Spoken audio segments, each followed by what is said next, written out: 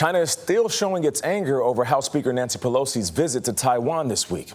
China has dispatched naval ships and warplanes for a second day in a row and launched missiles into the Taiwan Strait as part of the biggest military drills ever seen in the region. Speaker Pelosi is still defending the visit.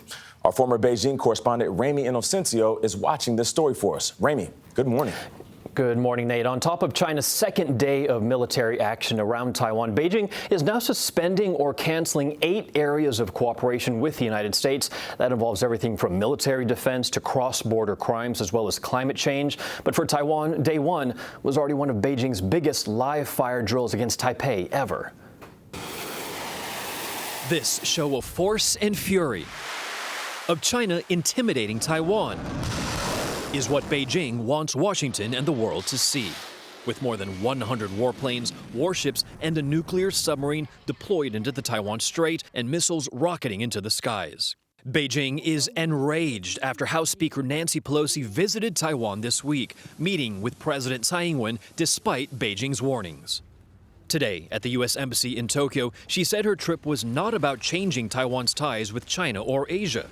It's about, again, the Taiwan Relations Act, the U.S.-China policy.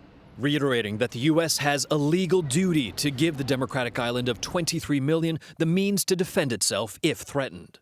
The Taiwan Strait is a shipping bottleneck. More than 80% of the world's biggest cargo ships sail through. Taiwan lies less than 80 miles off China's coast at their closest point.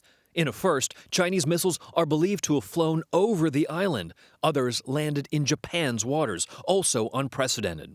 Secretary of State Antony Blinken weighed in from Cambodia.